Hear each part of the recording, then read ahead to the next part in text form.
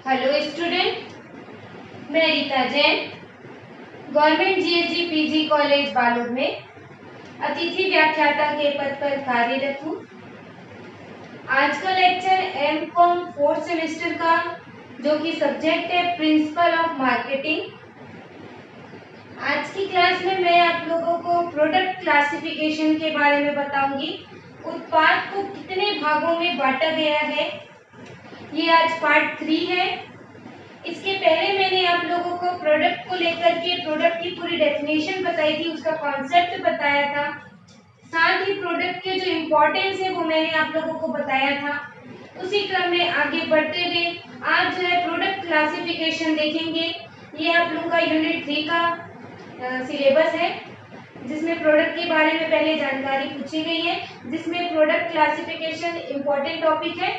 इससे क्वेश्चन आता है स्टूडेंट, तो जो है इसको जरूर अपने को पढ़ना जरूरी है। तो आइए स्टूडेंट आज की क्लास स्टार्ट करते हैं। इससे पहले मैं थोड़ा सा आप लोगों को प्रोडक्ट के बारे में जो है फिर से बता देती हूँ। वैसे मैंने फर्स्ट लेक्चर में आप लोगों को बताया ही है कि प्रोडक्ट जो होता है उसका डेफिनेशन क्या है।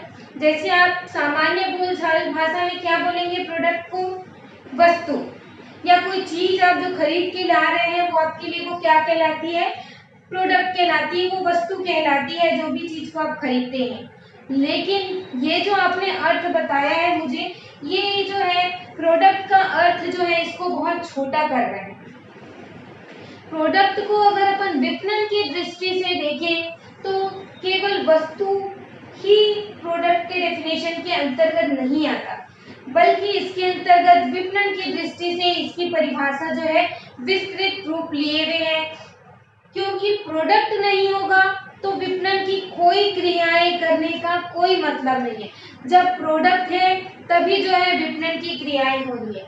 जिस प्रकार से शरीर में क्या होता है, आत्मा होती है, आत्मा है तब शरीर की वैल्यू है, और आत्मा ही नहीं रहेगी तो शरीर का कोई वैल्यू नहीं है। क्योंकि अगर आत्मा निकल गई तो शरीर जो है मिट्टी का हो जाता है, मतलब उसका कोई वैल्यू नहीं है। उसी प्रकार से विपणन के अंतर्गत विपणन की जो क्रियाएं हैं वो शरीर मात्र है, लेकिन आत्मा क्या है, उसका प्रोडक्ट, मतलब उत्पाद को जो है, वस्तु को जो है आत्मा माना गया है विपणन का। विपणन एक शरीर है जिसमें प्रोडक्ट क्या है, आत्मा है। अगर प्रोडक्ट को निकाल दिया जाएगा तो विपणन की क्रियाओं का कोई महत्व नहीं रहेगा। तो स्टूडेंट, प्रोडक्ट जो है आप नॉर्मल उसको भाषा में उसका मीनिंग को आप छोटा कर देते हैं, उनकी परिभाषाओं को संकीर्ण कर देते हैं।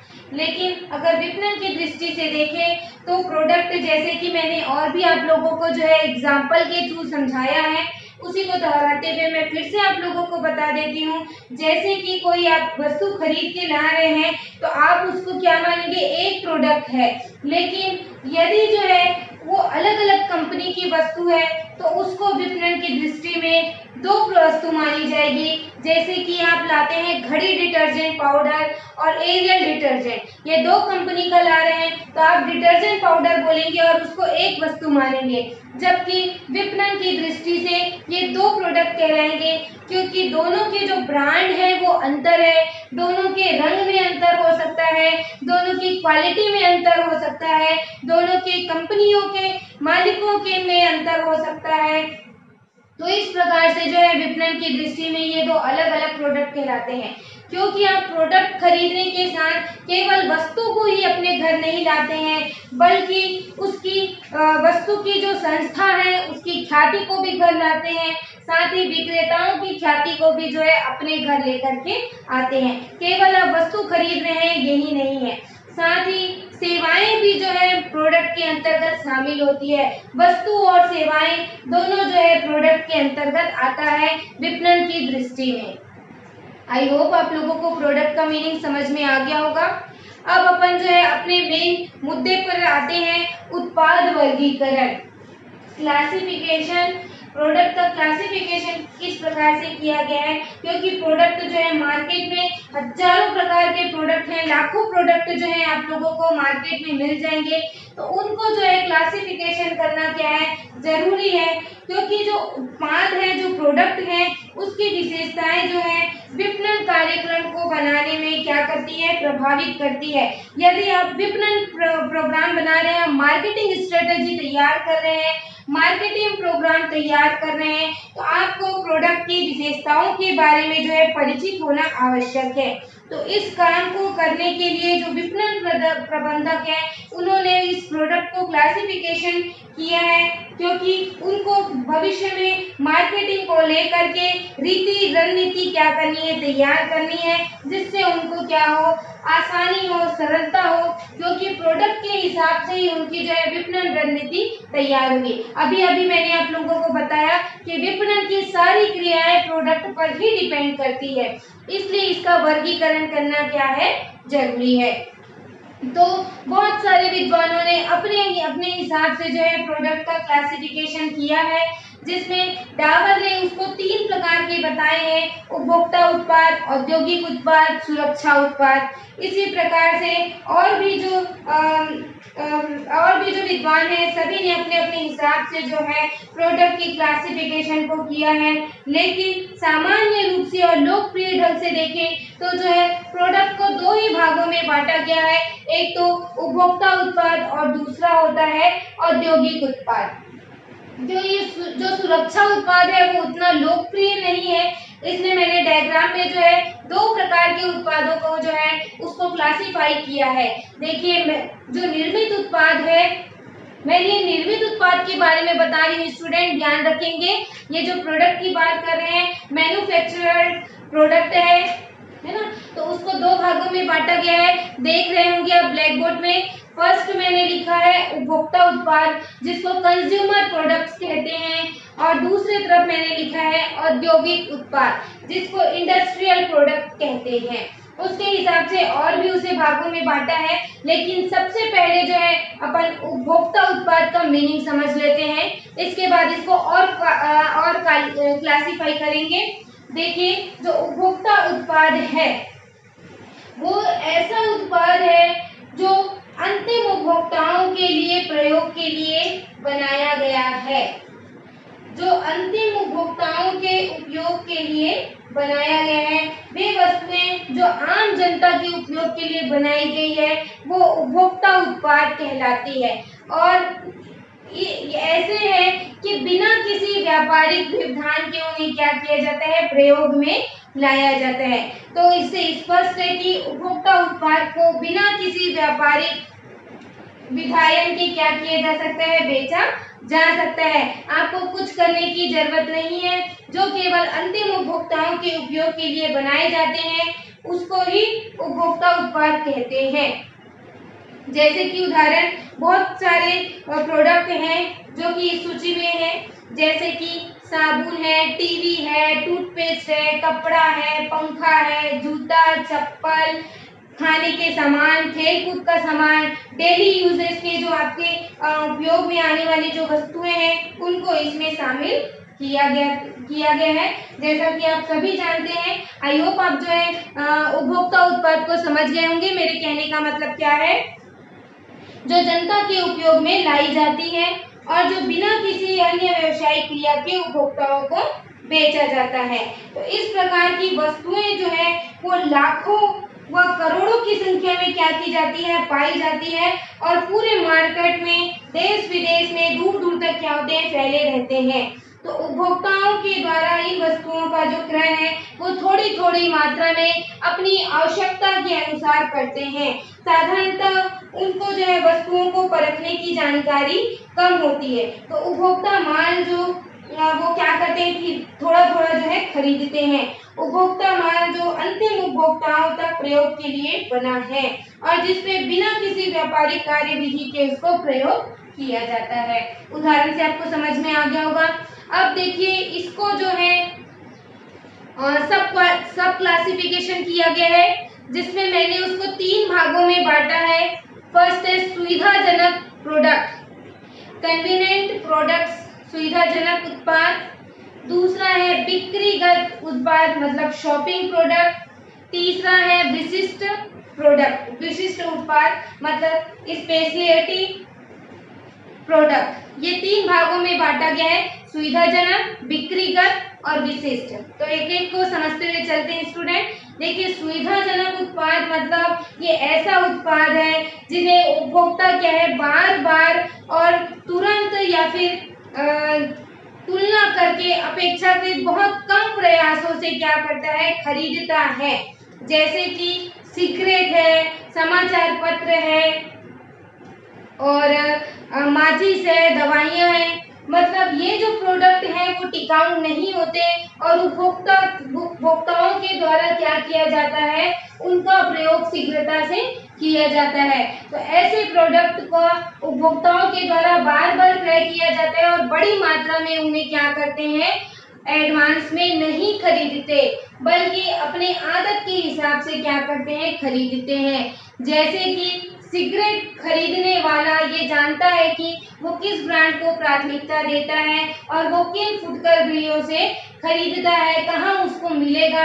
ऐसा व्यक्ति जो है सिगरेट के क्रय में बहुत कम समय लगाता है और सुविधा उत्पादों को खरीदने के लिए क्रेता को ज्यादा दूर जाने की आवश्यकता नहीं पड़ती। जहाँ पर रहता है वहीं पर जो है दुकानें जो है नजदीक होती है, जिससे कि क्या कर सकते हैं, वो खरीद सकते हैं। नाम से ही स्पष्ट है, सुविधाजनक। तो सुविधा उत्पाद का क्रय करते समय बहुत कम जो कंडीशन ऐसा आता है जिसमें उपभोक्ताओं द्वारा जो प्रोडक्ट को कीमत को लेकर के या उसके क्वालिटी को लेकर के कंपेयर किया जाता है। तो सुविधाजनक मतलब ये आसानी से जो है उपभोक्ताओं के द्वारा अपने ही घर के पास जो है खरीदा जाता है और थोड़ी थोड़ी मात्रा में खरीदा जाता है और इन वस्तुओं की जो मांग है हमेशा बनी रहती है और लगातार जो है इन वस्तुओं की मांग बनी रहती है। ये है सुविधाजनक उत्पाद। इसके बाद है सेकंड जो है बिक्रीगत उत्पाद, जिसको शॉपिंग प्रोडक्ट्स बोलते हैं। बिक्रीगत प्रोडक्ट ऐसे प्रोडक्ट होते हैं जिनका जो है चुनाव और खरीदने से पहले जो है उपभोक्ता उसके किस्म को देखेगा, उसके प्राइस को देखेगा, उसके गुणवत्ता को देखेगा, उसके आधार पर जो है दूसरे प्रोडक्ट्स के उसको कंपैरिजन करेगा, उसके बाद जो है उसको खरीदता है। मतलब कि ऐसा प्रोडक्ट, जैसे कि उदाहरण के लिए बताती हूँ आप लोगों को, जैसे किसी को फर्नीचर लेना है तो फर्नीचर लेने से पहले वो क्या करेगा, उसकी क्वालिटी देखेगा कि कौन सा फर्नीचर जो है अच्छा है, किस प्रकार का है, कलर चॉइस करेगा, प्राइस देखेगा। यही नहीं बल्कि वो और दूसरे ब्रांड के प्रोडक्ट को भी, उस दूसरे ब्रांड के फर्नीचर को भी क्या करेगा, देखेगा कि इसकी तुलना में कौन सा अच्छा पड़ रहा है, कौन सा टिकाऊ है। ये सारी चीजों से कंपैरिजन करके फिर वो क्या करता है, प्रोडक्ट खरीदता है। वो फर्नीचर के मामले हो, चाहे मान लो किसी को क्या करना है, साड़ियाँ खरीदनी है, कोई इस पे मतलब एक्सपेंसिव साड़ियाँ खरीदनी है या बर्तन सेट खरीदना है या मान लो शक्कर खरीदना है, तो भी क्या करते हैं, कंपैरिजन करते हैं, दूसरे दुकान में भी जाकर के क्या करते हैं, पता करते हैं। तो बिक्रीगत प्रोडक्ट का जो क्रय है वो कभी कभी किया जाता है और इसका उपयोग जो है धीरे धीरे किया जाता है। तो प्रायः जो कंज्यूमर है इनके खरीदने के समय को क्या कर सकते हैं, आगे पीछे कर सकते हैं। तो उपभोक्ता क्रय के निर्णय के लिए जो है पर्याप्त समय दे सकते हैं और अधिक प्रयास भी करते हैं। तो ऐसे प्रोडक्ट के जो निर्माता है वो मार्केटिंग समस्या, जो सुविधा प्रोडक्ट की विपणन समस्याओं से क्या होती है, अलग होती है। जो मैंने आप लोगों को सुविधाजनक प्रोडक्ट बताया उसका विपणन प्रोग्राम अलग बनेगा और बिक्रीगत जो प्रोडक्ट है उसका जो विपणन प्रोग्राम है वो अलग बनेगा।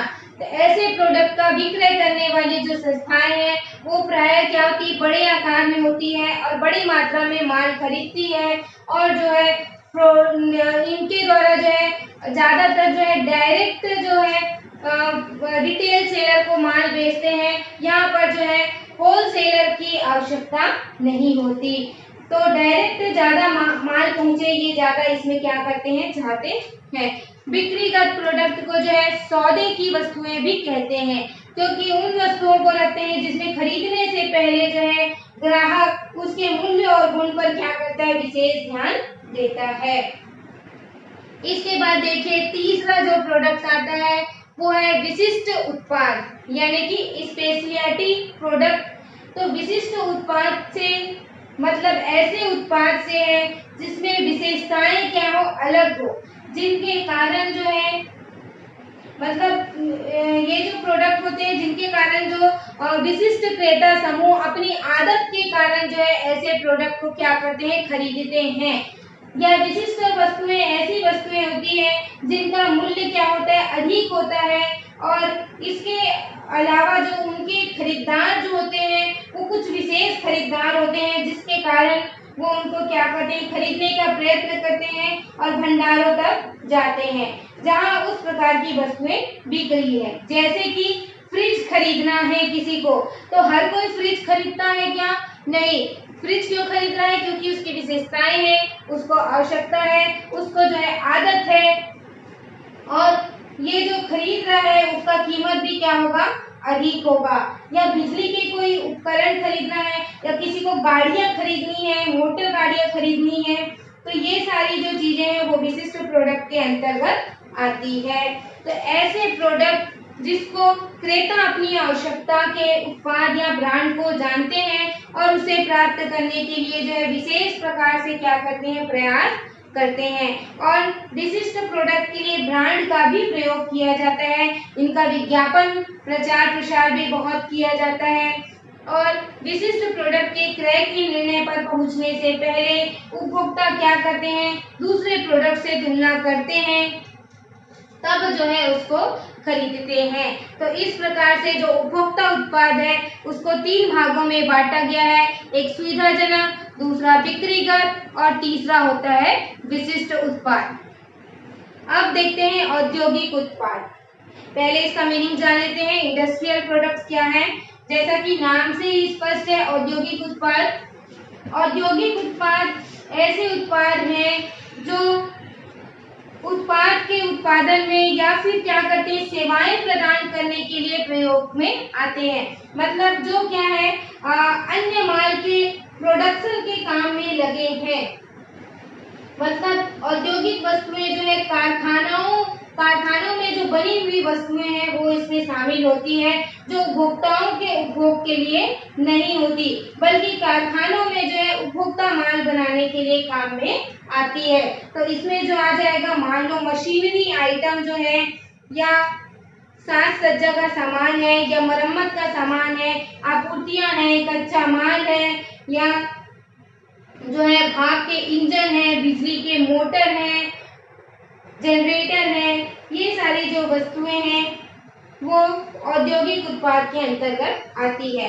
तो ये उपभोक्ता के उपभोग के लिए नहीं होती, बल्कि कारखानों में जो है उपभोक्ताओं के लिए क्या की जाती है, प्रयोग में लाई जाती है। तो अंतिम उपभोक्ताओं की तुलना में इनका जो है प्रयोगकर्ता जो है क्रय व्यवहार में काफी जो है एक रूपता जो है देखने को मिलती है।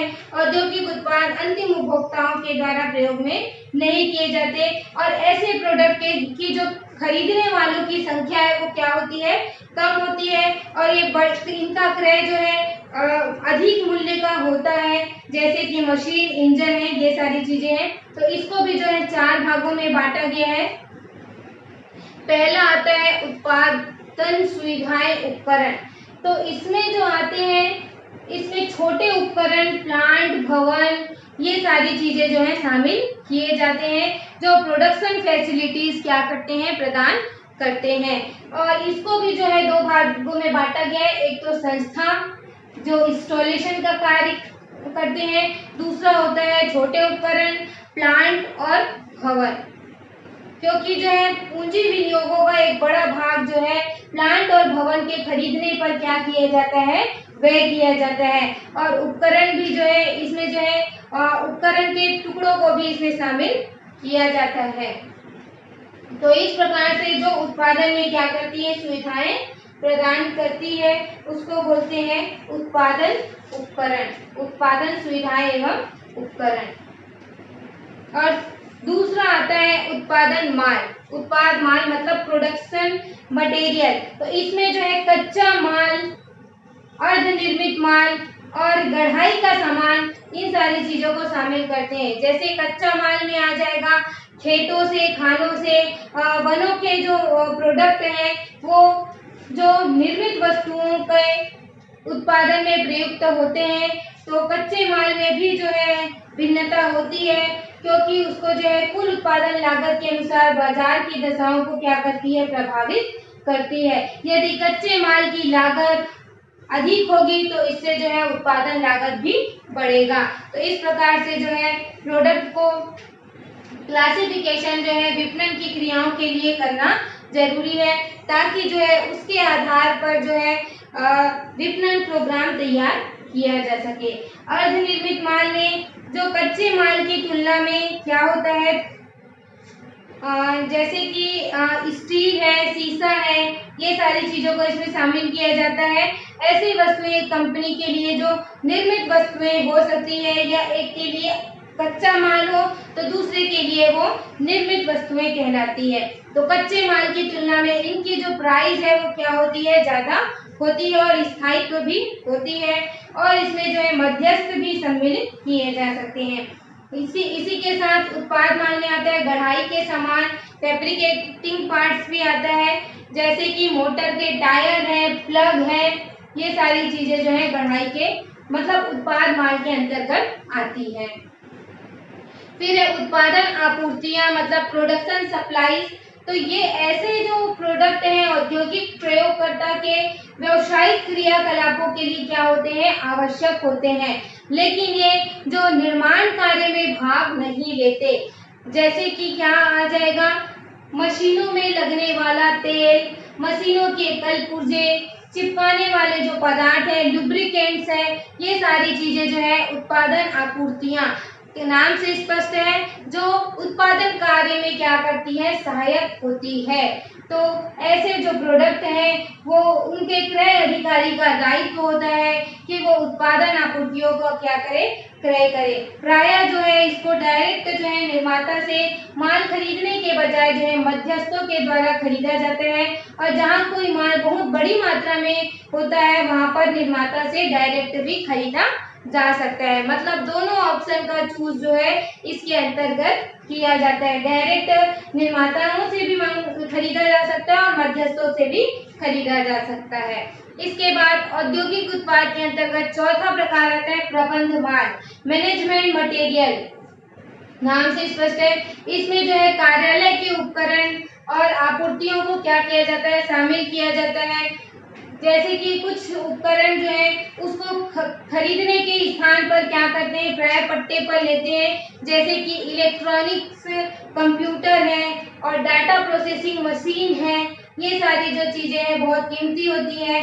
जो टाइपराइटर है और कैलकुलेटर है, ये सारी चीजें जो है क्रय विभाग के द्वारा खरीदे जाते हैं, क्योंकि इसमें जो है प्रबंध करने में क्या होता है, सहायक होते हैं। किसी भी कार्यालय उपकरण को क्रय किया जाए तो इसके लिए जो प्रबंध विभाग है उसके अनुमोदन की क्या होती है, आवश्यकता होती है।